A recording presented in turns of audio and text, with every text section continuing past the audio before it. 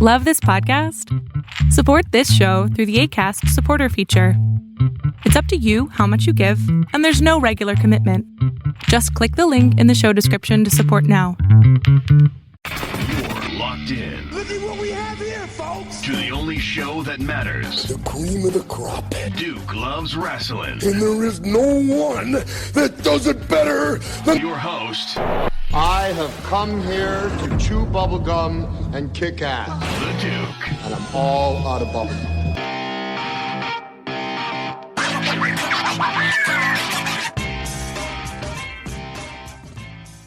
Hey, this is Tony Maglio, TV editor of The Wrap, and I am pleased to be back on Duke Loves Rasslin.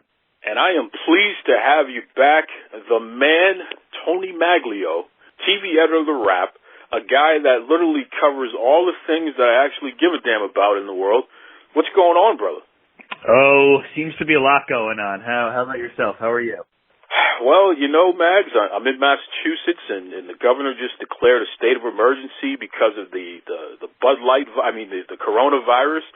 So, you know, it's kind of touch and go over on my side of town here. And in fact, we just canceled the St. Patrick's Day parade in Boston, which is... Oh, that's a big deal. It's a huge deal because, you know, we were doing it before they were doing it in Ireland.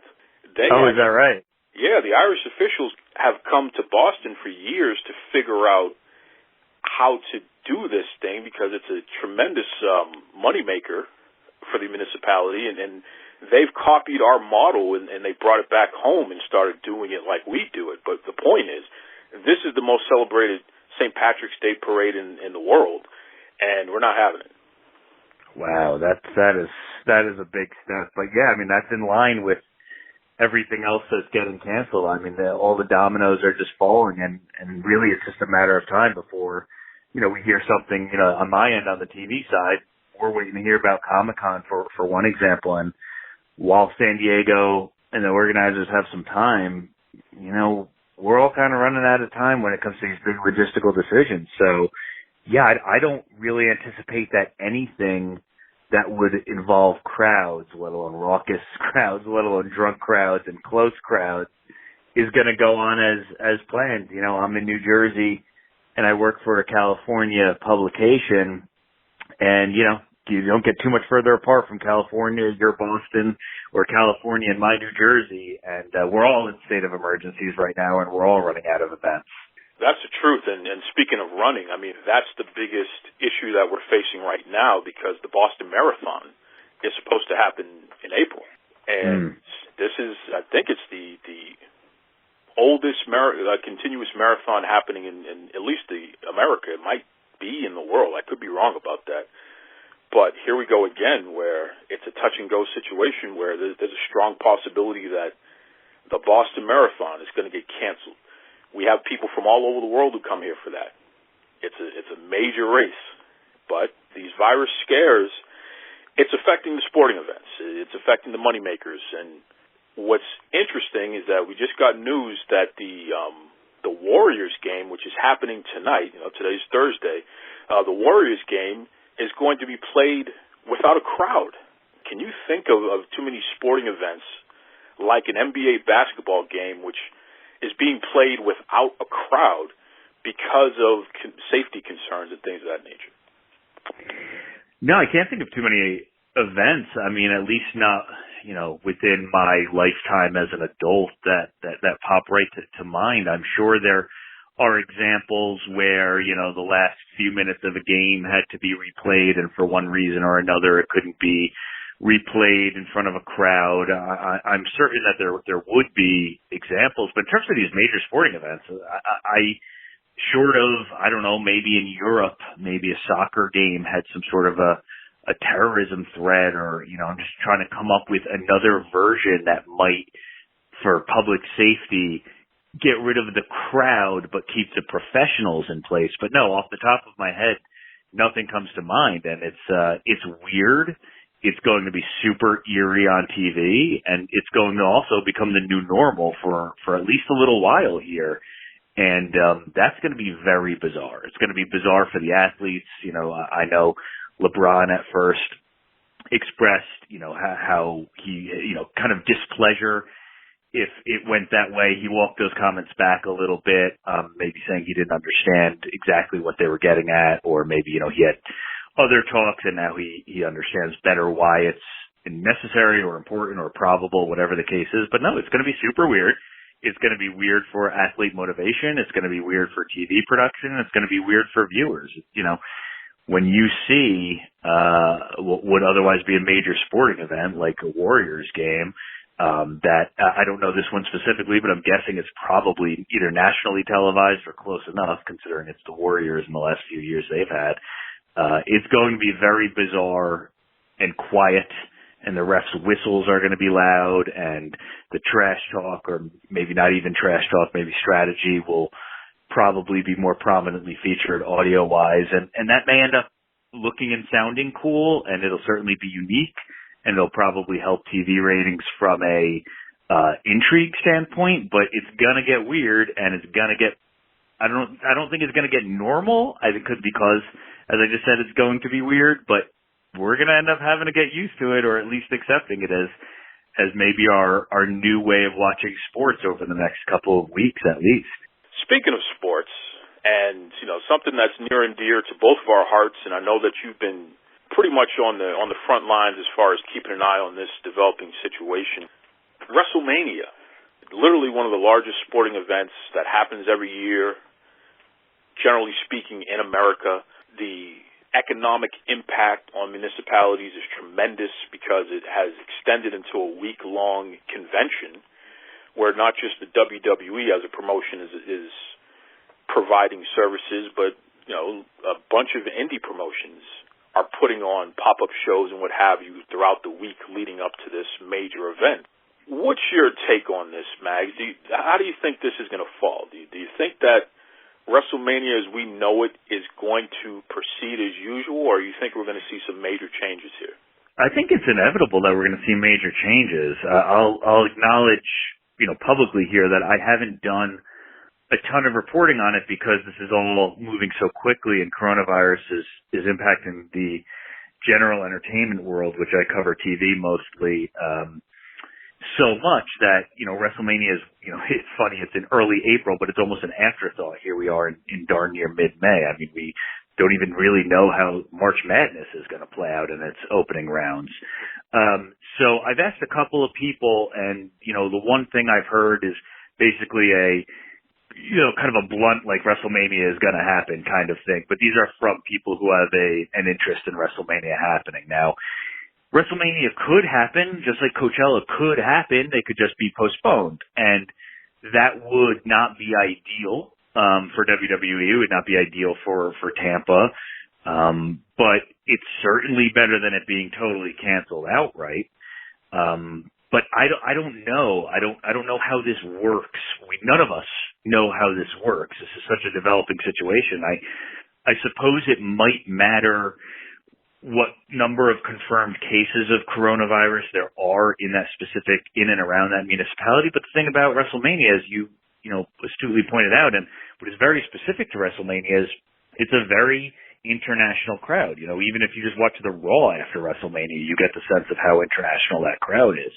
So it almost doesn't really matter where the event is taking place because tourists are coming from all over. And of course, all it takes is one, or all it takes is two.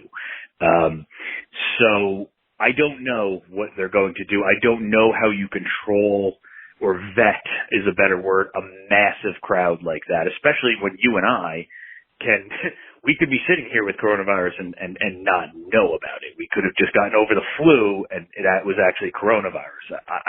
We don't know enough. There's not enough testing and there's not enough information and not enough research yet, right? So what do you do with tens of thousands of people at a major and international sporting event?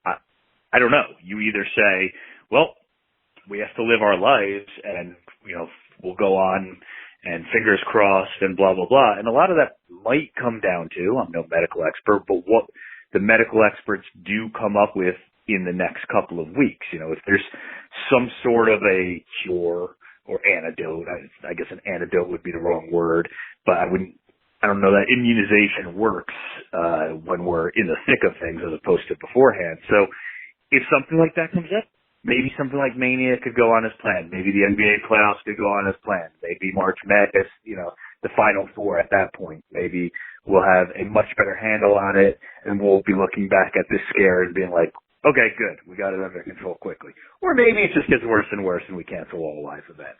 I have no clue. But your point is absolutely right that we're all looking at this as fans. We look at WrestleMania as the super cool Super Bowl of professional wrestling, where all the storylines end up, where all the the big names come back, where and what everything has built up to. But in reality, Tampa, Florida, what they're looking out for is it's a humongous employer. It brings so much money to the local economy. My first WrestleMania that I actually attended in person was in New Jersey, and I don't remember the number offhand, but I do know that they released the number, the impact to what they felt the impact to the local economy was, and it's enormous. So there are huge ramifications here, but there's also the ramification of letting it go on as planned and spreading a virus that we're all trying to curb. So anyway, long story short, people I've talked to are still very gung-ho about it. I believe there's some sort of meeting in Florida tomorrow in the Tampa area to figure out what to do about live events. So by the time your show airs, I believe on Friday, right? Or is it Thursday night, Duke? Which one is it? I always caution that Friday by noon the show will be up, but usually I get it up a little early, about 11 p.m. Eastern time on Thursday. Okay, yeah. So as your listeners hear this, we may have an answer, and all of my rambling about WrestleMania specifically, and all my rambling may be null and void. But right now, we don't have an answer, and but we know that it'll be a humongous impact if it doesn't happen. How important is the live crowd? And I'm asking you this on a personal level. Mm-hmm. How important is the live crowd for your television viewing experience when you're watching sporting events, including pro wrestling? I mean, does a live crowd, could they make or break your ability to enjoy what you're watching, or does it not really matter to you? For me personally, I think it is a part of the whole package that has become white noise unless it's like Duke or something like unbelievable, some amazing crowd, Kansas City Chiefs, Seattle Seahawks. But I think it'll be very jarring when that white noise does not exist anymore. Look, having played sports, anyone who's played sports knows that the crowd really does give you energy. And there's no way to replicate that. It's not that LeBron James, Steph Curry, whoever, is not going to play very hard. It's not that AJ Styles wouldn't, give it his all against, whoever, The Undertaker, whoever, without the live crowd. But you can only bring it to a 9 by yourself. The crowd is what gets you to a 10, right? So I think, if I'm just putting on my logical hat here, I think we will see performances that are not as aggressive, not as outgoing, not as dramatic, not as powerful as what we would have seen if there was 60,000 people cheering those athletes on or whatever it is, regardless of what the sport is. But as I mentioned earlier, I do think intrigue level will make it super interesting to see something and have it be very different than what we are so used to seeing. I think in some ways it'll be cool to see those empty seats, but that's maybe the first time or two you catch a sporting event without a crowd. I think after that you're going to realize I really miss the crowd and this is kind of weird. That's a good take. I know me personally, I don't, it doesn't really matter to me, the crowd so much, just because I'm so engrossed in the mechanics of what I'm watching. I'm providing my own commentary. Oh, you shouldn't have done that. Oh, did you see that? Oh, I'm doing a lot of that. Whether I'm alone or whether I'm at a party with a bunch of people, it's still the same old thing. So the crowd and even the commentary so much, I'm not always paying that close attention to it. In fact, sometimes I just turn the volume completely off. and provide my own soundtrack because I'm just so engrossed in the action, whether that be MMA, whether that be WWE, whether that be basketball. It really doesn't matter. It's the same, but that's how my brain works, and I understand that I'm not the average fan, because the average fan is really engrossed in the whole experience, not just this one aspect, which is the actual action. So I appreciate your take on that. I'm going to throw something at you. Let me switch speeds for a second here. WWE has experienced tremendous record profits. I mean, just year after year, they're making more money than any wrestling promotion has ever made in history, outdoing themselves for the most part over the past 5 years in particular. Now we're starting to see metrics where they're underperforming. Their live attendance from a general standpoint, their merchandise sales, their TV ratings, which is always the big thing, and I know this is something that you have a lot of insight in. Is it impossible to live up to the expectation that the WWE is going to continue to operate on the highest level that any company has ever operated before? Is it unreasonable to have those expectations? Or, based on your experience and what you know about television as a whole, and even your perspective as a fan, do you feel that, whatever criticisms they've been receiving for underperforming is warranted? I know it's a lousy answer, but it's both, and I'll hopefully make it a little less lousy by explaining what I mean. There is having an expectation that WWE is going to be some sort of super company, some sort of monopoly, some, guarantee stock hit or some version of that is so antiquated and impossible and foolish. There's so much more competition. It's not, and I'm not just talking about the AEWs of the world. There's competition from Netflix now. There's competition from Disney Plus. It's just competition for your attention. It doesn't matter where it comes from. It could come from anywhere. It could be virtual reality in 5 years. That, non-wrestling virtual reality, or at least non-WWE virtual reality. The point is, we keep adding all of these forms of entertainment, all of these platforms specifically for television, movies, etc. There's still only 24 hours in a day. And we're all, I don't know about you, but we're all probably working more hours than the previous generation worked to pay the same bills or even more bills. There weren't cell phones in my parents' day, for example. So to expect to have TV ratings that compare with any sort of historic TV ratings, and I'm not, we could even just be talking about 9 years ago when a DVR was a novelty, is stupid. It doesn't make any sense. So I give WWE more of a pass than some people with those thoughts in mind. But where I stop giving WWE a pass is where it fails to meet its own expectations and investor expectations, which is where it's at right now. WWE stock is not maybe it's a good bet now that it's like sub $40 or whatever it is, but it's not doing well. It may be just like the stock market as a whole, which obviously this is not WWE's fault. Look at your 401k. It's good to put money into it now, but that doesn't guarantee we're not going even further down tomorrow, right? So all of that said, yes, WWE is still the biggest, in my opinion, does still put out the best product, is still the best recruiter, cultivator of talent, promoter, etc. And a lot of that, frankly, comes from the legacy and all the decades of dominance and the McMahon name and so on and so forth. So that's not to poo-poo the new guys, right?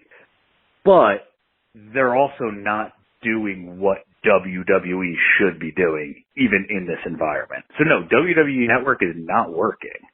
That doesn't mean it's a complete and utter disaster and the worst streaming option in the business.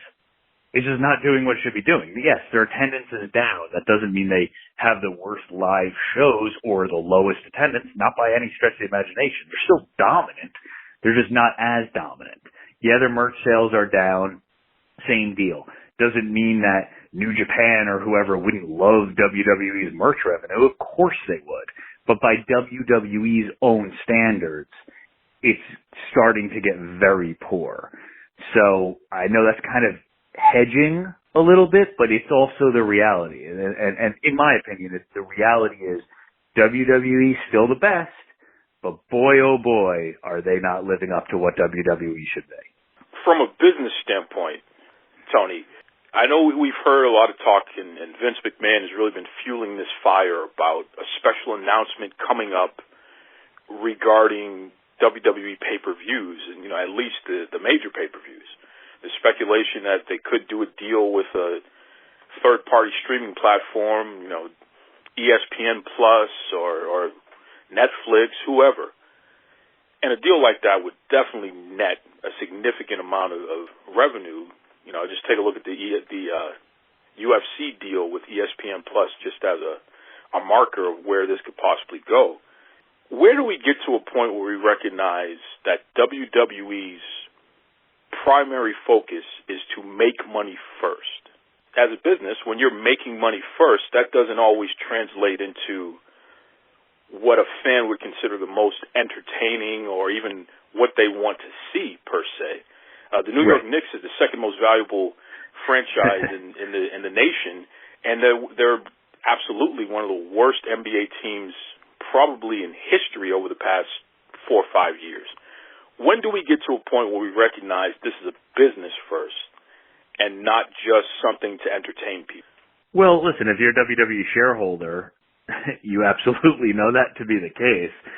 I think it takes away a little bit of the romanticism of professional wrestling to think along those lines, which I'm not saying you're wrong. You're correct to think along those lines. It is the mature way of thinking along those lines. But, we don't, WWE fans, of which I am one, don't want to think along those lines. We like to we prefer to preserve a little bit of kayfabe in every angle of our association with the company. It does get a little bit more, some of the decision making does get a little bit more digestible when you think about it as a businessman or from the standpoint of a businessman. It's understandable, but this is entertainment. These are, our favorite athletes. These are storylines we're emotionally invested in. So, nobody really just wants to accept that Roman Reigns is good for business, as one example, or whatever the case might be, right? So it's a balancing act. It's a balancing act where I don't always agree with every decision WWE makes, business or creative-wise. Of course, I'm also not as informed as someone with the last name McMahon, so I may be wrong to disagree with a decision here or there. And I recognize that. But as a fan, it's a complicated thing. I want them to push my favorites too. I like the product. I have favorite wrestlers. I understand it. But I also get that Goldberg and The Undertaker are apparently big draws. I could live my life not seeing them ever wrestle again and remember the good times. That's how I would prefer it. But, probably going to sell a few more tickets to WrestleMania if The Undertaker's there. Probably going to get a better deal in Saudi Arabia if Goldberg's there. So, yeah, people should probably realize it a little bit more. I'm certainly not immune to knee-jerk reaction responses on Twitter, for example, by pure fans. But, I also appreciate from pure fans how much they just love the product and truly want to see the best wrestling and the best wrestlers win out.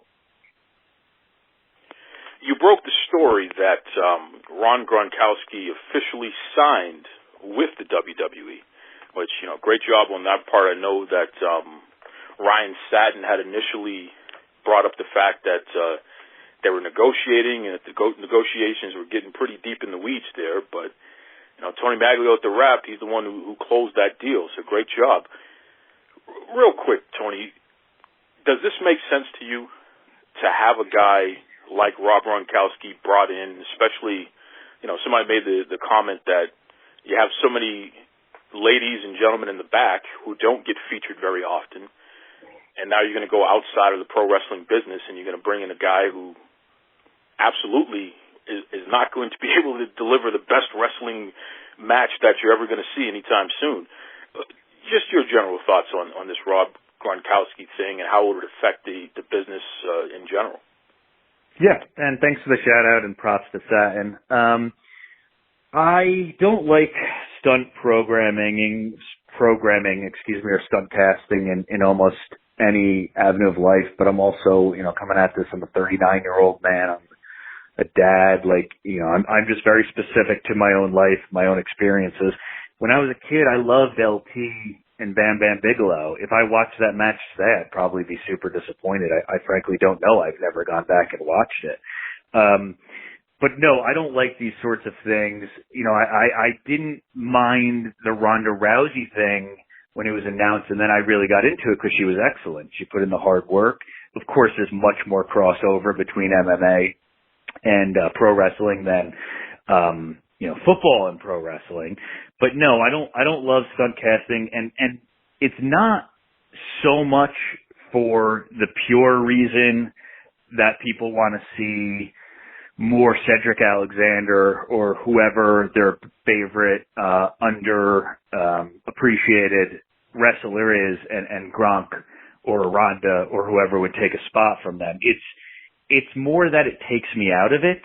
Like, in other words, if Gronk or LT can come in and beat a high-level superstar, which you kind of have to have them do, otherwise you're burying them right off the bat. You're burying your big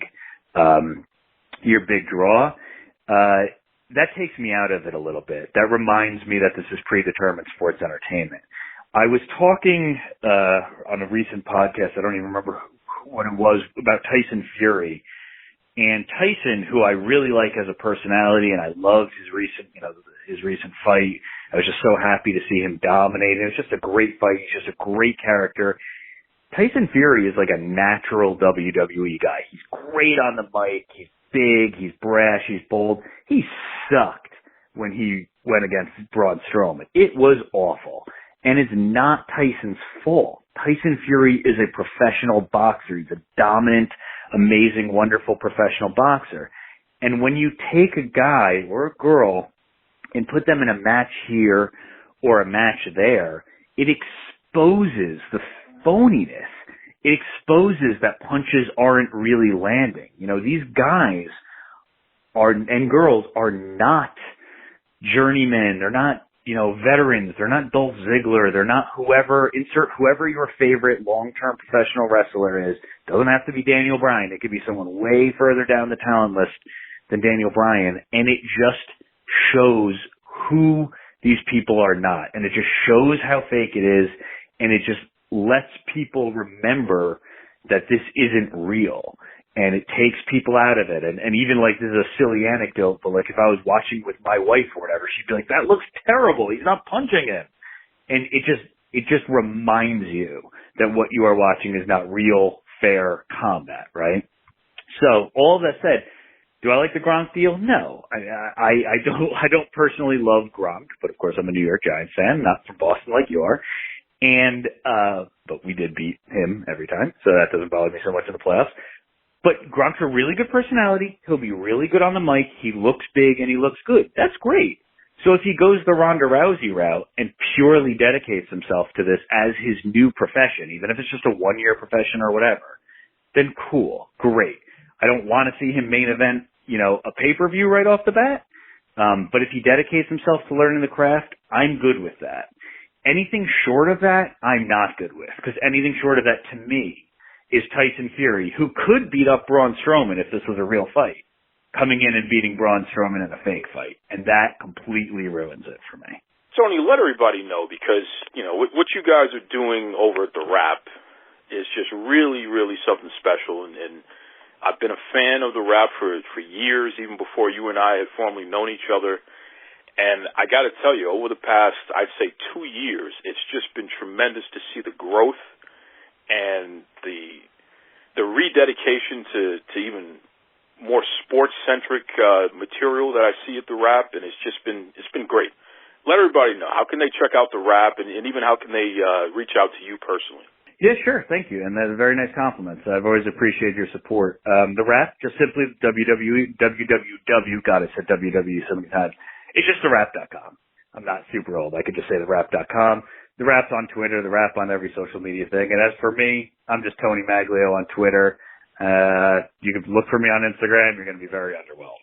Before I let you go, one last question here, and just staying on this point, because I know that, especially over the last, 15 months or so, you have really increase the amount of pro wrestling themed content on the Wrap, which, it's great to be in a position that you're in because you're able to do that.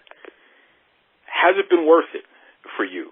I know for me, as a consumer, as somebody who loves to read about the entertainment industry and who wants to know what's going on in television, who is a huge sports fan, especially pro wrestling, I have absolutely loved real journalists covering pro wrestling from a real journalistic standpoint and giving me information that I really am not going to find anywhere else. And then even when you have interviews, you're asking questions that your typical, I hate to say the word, but dirt sheet, they're not thinking of even asking the type of questions that you're asking and your team is asking. So from a consumer standpoint, personally, I have loved it, and I appreciate it, and I just thank you and the entire team over at the Wrap for what you've been doing. From your standpoint, as a guy who has to manage all this stuff, has the increased wrestling content on the Wrap, has it been worth it? Yeah, it has been, because there's an appetite for it. And while I don't write things for clicks, and I certainly don't write things, that I hope nobody would accuse me of writing anything that falls under the clickbait headline, let's be realistic. Just like WWE needs to sell Roman Reigns shirts to make money, the Wrap and every other website on the planet needs to make advertising revenue through clicks, through reads, through shares, through whatever, right? We have other venues, other avenues of revenue, much like WWE does, but that's still it's dwindling for everyone on the internet, but it's a primary source, or at least a source of revenue, right? So from that standpoint, yes, but really beyond the revenue standpoint, as I'm not a officer at the company, just as an actual journalist, yes, also there's an impact there because people have anytime somebody wants to read what you're writing about, it's always much more fulfilling, much more rewarding, considering, the effort or the time that it takes to report out stories, to write stories. So it has been worth it for me personally. It does come at a cost, and the cost, and nobody feels sorry for me, you don't have to at all, you shouldn't, is that there are only so many hours in the day, right? So, while I could be dedicating the time to reporting on, WrestleMania versus reporting on, For Life, the ABC show that 50 Cent produces, for example, there's always a give and a take, right? At the very beginning, when I was here and I was kind of rising a little bit, and I started doing some wrestling reporting, I am not shy about saying that, my editors really weren't into it because it was wrestling. But what they failed to see at first, and they certainly see now, and I credit them for that, is pro wrestling, as you know, is a very big piece of an enormous television pie. So I approach it as I would approach reporting on NCIS. It's just more fun reporting on wrestling than NCIS. So it has been worth it. It's sometimes more difficult for me with what I am expected to do in terms of sourcing and, just journalism versus, as you put it, a dirt sheet. But at the same time, look, I still read the dirt sheets sometimes, and they get great news that I couldn't get, and they have really good insight as well. So, we're just an alternative source. We're a different kind of publication, and we write more about ratings than, maybe your average dirt sheet would, and they write more about rumors than we would, and there's an appetite for both. So it's been rewarding for me, fulfilling for me. Hopefully the fans, like yourself, kind of recognize what we can bring to the table versus, some of the other competition. It is always a pleasure to speak to Tony Maglio of the Wrap. Just a great guy. Great guy, knows his stuff. And what's important about speaking to Mags is that as the TV editor of the television and Hollywood trade publication, The Wrap, he's a legitimate journalist, right? He's responsible for an entire team of journalists. He's a journalist himself. He went to school for that stuff. He studied it. He knows his craft, and it shows in the quality of his work. So as I stated during the conversation, I just really appreciate the fact that a legitimate journalist is a fan of pro wrestling and is interested enough in pro wrestling that he kept pushing the envelope as far as coverage of pro wrestling in the publication until it was finally accepted. And now it's a major part of what they put out on a regular basis. So, again, thank you, Tony Maglio, for joining us. Great stuff, man, as always. And hey, folks, welcome back. Welcome back to Duke Loves Wrestling podcast, the show about pro wrestling and everything else. And you know that everything else this week is certainly this coronavirus, this COVID-19 stuff. We can't get away from it. It's affecting every aspect of life, no matter where you are in the world. It's just the truth. Everyone's impacted by this. In fact, there have been some developments since I've spoken to Tony. Major developments have happened since we had that conversation. The NBA, they just, for the time being, they've suspended their season. So we'll get more information, but two NBA players have tested positive for coronavirus since I've spoken to Tony. So that's just a major development there. NBA, Major League Baseball, NHL, everybody, including Disneyland, everybody is suspending operations for the time being because we really need to contain this coronavirus stuff. And one of the best ways to do it is to limit large assemblies of people. And when you get large gatherings of people, that just promotes possible spread, and we just don't need those kind of problems. So, really interesting stuff. In fact, I'm going to take a quick break, and when I get back, I'm going to have Big Vito Lograsso on the line. He's going to weigh in because we finally got an answer, at least up to this point, about WrestleMania, and this may shock some of you out there. So, take a quick break, come back with Big Vito Lograsso. Hi, this is Earl Oliver from Solely Finish Wrestling. This is Raj Giri with WrestlingInc.com. This is Sean Reed, boxing writer and undercover low-key wrestling fan, and you're listening to Duke Loves Wrestling. Woo!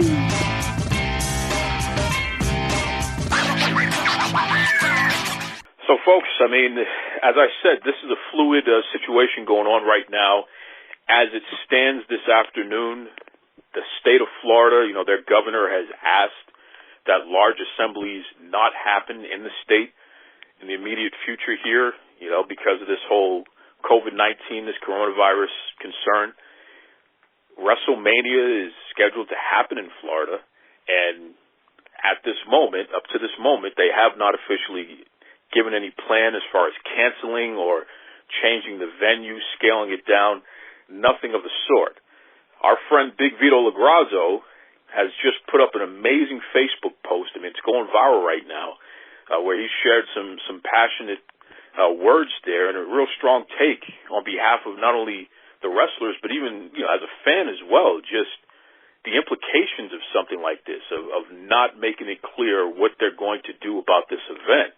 So, Vito's my buddy. I had to bring him on and just talk about this real quick, but I want to encourage everybody, stop what you're doing. As you're listening to Vito talk, please pull up Facebook, go to Vito Lograsso's Facebook page, and in fact, I'll share it on the Duke Loves Wrestling Facebook and Twitter and what have you, but I want you to go directly to this post, Vito's post, and share it. Let's get this momentum going here, because this is serious. This is a serious public safety issue here, where you're talking about an event where you could have 100,000 people potentially, and you're going to do that when we have literally a pandemic happening right before our eyes. So without further ado, Vito, welcome back to the show, and thank you for that Facebook post, man. Hey, Duke, how you doing? And hello to all the sculptors out there, the Vito Knights. I'm telling you, Big Vito has always these great prominent words, and I'm never a man to mince words, and I always speak my mind.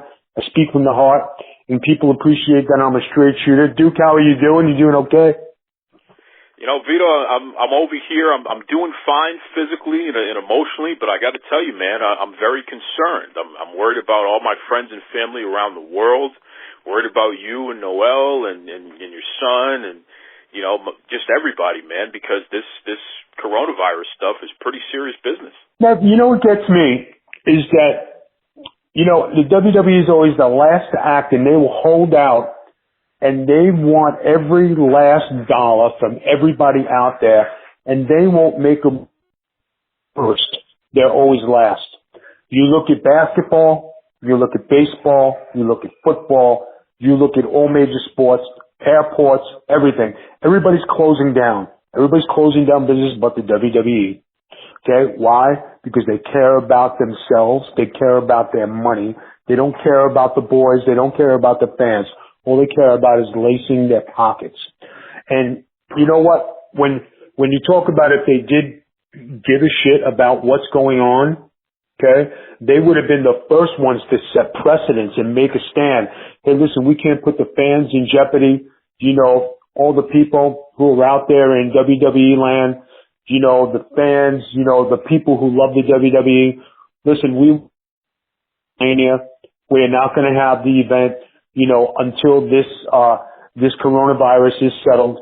You know, we're just thinking of you. If everything is for the fans, how come they didn't close the event? How come they're making everybody risk everything from overseas, and people come from millions and millions of miles away from all over the world just to go to this great event called WrestleMania, which is a great event, which is probably the show of the year.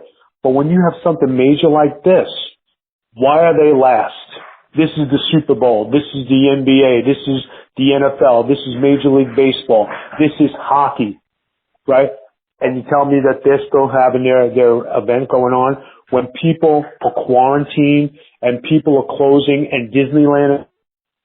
I mean, you tell me, you know, that Vince McMahon and the WWE are bigger than the Golden Gates, than Lord Jesus Christ up in heaven. I bet you he closed his gates and he don't want nobody up there going crossing the gates until they serve 14 days in purgatory to really stay know they're quarantined.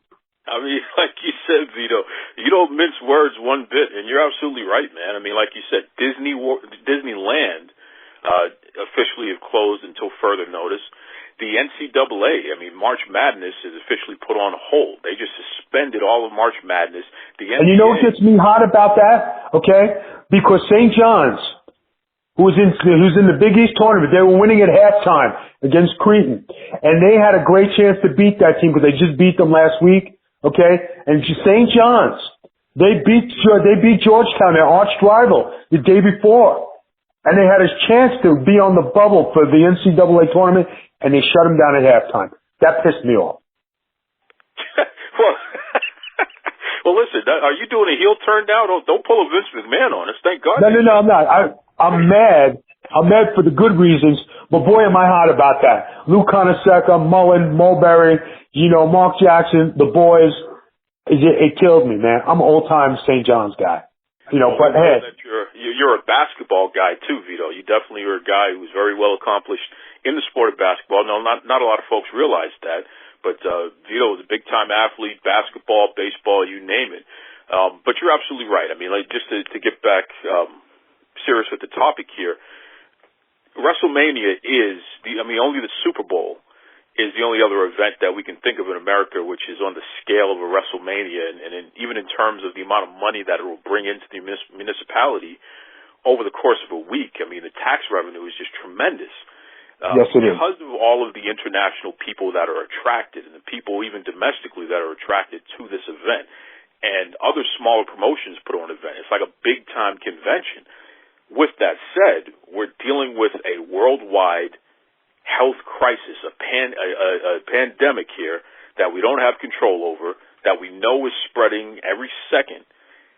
To not develop a plan and put it out there to give people enough time to figure out what's really going on here, it really is a big mistake on WWE's part. And like I said, I just really appreciate your Facebook post because you dug right in. And folks, you got to check it out. You got to go over to Vito's page, read this post, because he just lets it all hang out, man. And it's being shared all over the place.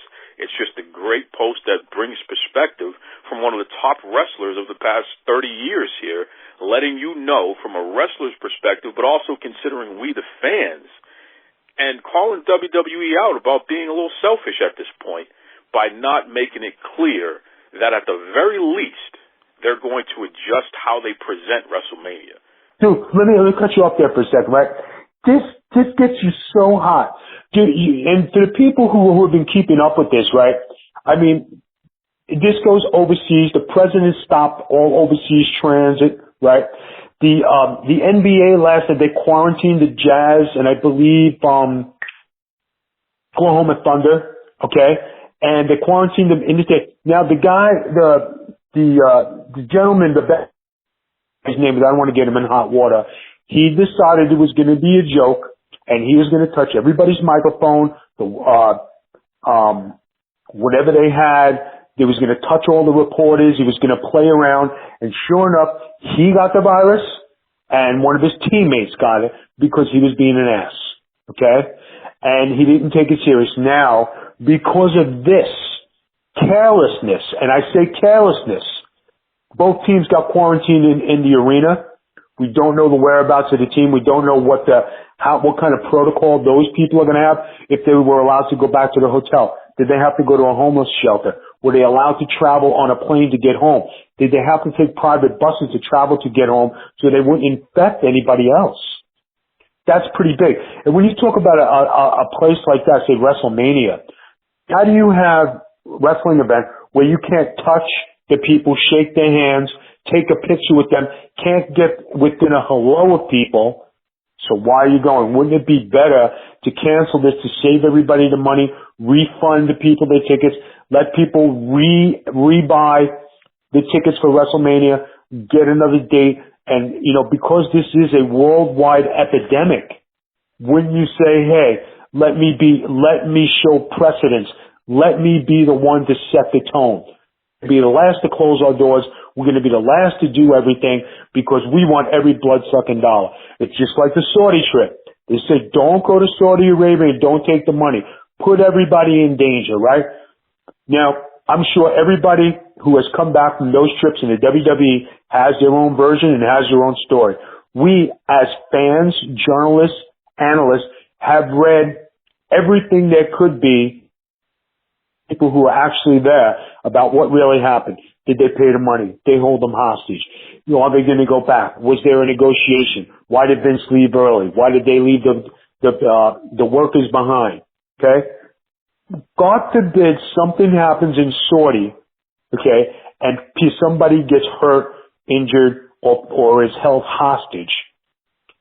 Then what do you say then, people? Then you say, oh, well, they had to put the show on, or the safety of the wrestlers and the goodwill of their families, are no longer there, So, the NBA canceled, the NHL canceled, Major League Baseball canceled, right? And the WWE, used the COVID-19, code and half price on your SmackDown ticket. Hey, what can I tell you?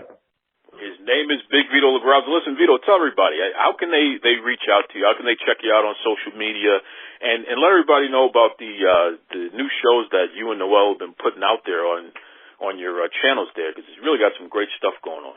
Well, everybody, you can go to the Big Vito brand at bigvito.com/the Big Vito brand. Go to Twitter at the Big Vito brand. Go to Facebook at Big Vito Lograsso. You can, if you need any more information, hit up Duke of Wrestling. That's where I do most of my podcasting. Go to Twitch and hit up Big Vito Lograsso. That's Noelle in the background. Go to Twitch. As she's sitting there in her ski mask and the Corona sign. Gloves up to my shoulders. And this doesn't mean, guys, to boycott Corona beer. It just means to, boycott the virus. Okay, we're just putting that out there in case there's anybody Corona's out there. Big Vito Lograsso is a person that does not mince words. He just tells you how he sees it, tells you like it is, and that's just the end of it. So, shout out to Big Vito. Really appreciate you. And once again, shout out to Tony Maglio of the Rap. Great folks. Great guest this week. Listen, everybody, I want you to take a moment. Join me and just take a deep breath. We'll do it on the count of 3, right? 1, 2, 3.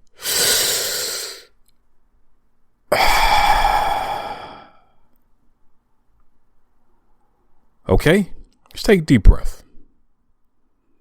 These are definitely strange times right now in everyone's lives. And I respect the fact that there are many of us out there who, we don't necessarily respond well to changes in life and panic and things of that nature. I understand that. Respect it. And if you're one of those people, you should not be ashamed or feel bad about it at all. You're a human being. You have feelings. I worry about the people that I care about personally, so I totally get where everyone is coming from. All I can recommend, and I said it last week as well, just control what you can control. Please wash your hands on a regular basis. If you have hand sanitizer, please use that. Go online and check out how to make your own hand sanitizer and pay attention. I know that with a lot of this stuff, it's a 2-to-1 ratio. If you're using rubbing alcohol, 2 parts rubbing alcohol and 1 part aloe vera or something like that. Pay attention to that and make your own, whatever you got to do. Please, just in conjunction, nothing replaces washing your hands, but you definitely should be using some type of sanitizer in addition. Just be smart, be safe.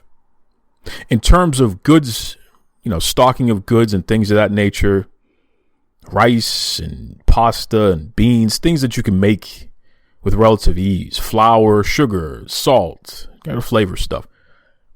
If you're put in a position where it's not easy to get these goods, you want to be able to keep things going in your household, right? So just be smart. Just be smart. I know some people were making fun of the folks who are, buying out all the toilet paper. And it's like, well, what are you buying out all the toilet paper for? Well, you got to think about the supply chain, folks. How do goods get to you, right? We think about our truck drivers. We think about folks who are in the airline industry, not only the folks who are flying the planes, but what about the folks who work on what they call the ramp, right? What happened? These are not easy jobs to get. These are difficult jobs. Not just anybody can be a CDL driver. You got to be certified. Not just anyone can fly an aircraft. Not just anyone can work on a ramp at an airport. There's a process you got to go through to get those jobs. And there is a finite amount of people who qualify for those jobs. Those are very tough jobs to get and then very tough jobs to keep. And when you have to replace someone in those jobs, it takes a while. And one thing that we are not big on right now is time. We don't have a lot of time, folks, because this thing is happening as we speak. So my point is, if something happens to the folks who are responsible for working within the supply chain, if we overwork our truck drivers or we have the overworked folks who work in the airline industry, that's like taking a straw and pinching it and then trying to get liquid through it. It's going to slow things down, and it's inevitable. It's going to happen.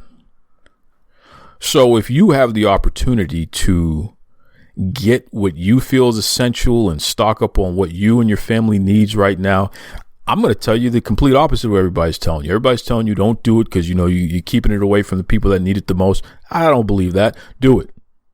Stock up on what you need. And then you can start talking to who you need to talk to, and you can, trade. Right? If your neighbor down the street that you have a good relationship with for one reason or another, maybe your kids are in the same sports league or something. If that neighbor has the hookup on the water and you have the hookup on the toilet paper, then hey, we can share in resources, right? I know that sounds crazy right now because it's like, come on, Duke, it's not that bad, but we don't know where we're going with this. I'm in Massachusetts, man. We're moving the Boston Marathon. We canceled the St. Patrick's Day parade. We got schools closing. We got all kinds of crazy stuff going on. Who knows where this is going to go a week, 2 weeks, 3 weeks from now. I would hate to be in a situation like Italy. And shout out to my listeners out in Italy. You exist. I checked the numbers. We definitely have some listeners out in Italy. I would hate to be in that situation. And my heart goes out to all of you. Because that's tough. You have the medical professionals who they're just completely over capacity. They cannot take care of everyone. So they got to make decisions. And one of the decisions that are being made, and this is something that I read, is that the folks who they feel they absolutely can save and who will thrive and live, those are the folks who are getting priority. And the folks who, may not have that much more time left on this earth, who may be far gone, you got to make the decision. Maybe we're not spending the resources on them. And that is terrible. People are playing God in that situation. It's unfortunate. But this is what can happen when you're not prepared for a pandemic. And really, no one's prepared for it. But we do the best that we can. So again, I just say to you, just control what you can control. Be smart about it. Quarantine yourself for the 14 days. If you feel, itchy throat, or if you come into contact with somebody who tests positive, be smart about it, please. Protect yourselves, but also protect everybody else by protecting yourself. It's the best thing you can do. I'm going to keep putting out materials out there, folks. And you would hope that the entertainment industry as a whole, and that, podcasts are part of that. You would hope that we would be an escape from some of the challenges in real life. And for sure, I try to do the best that I can with that. But just keep in mind, folks, that this stuff is impacting us.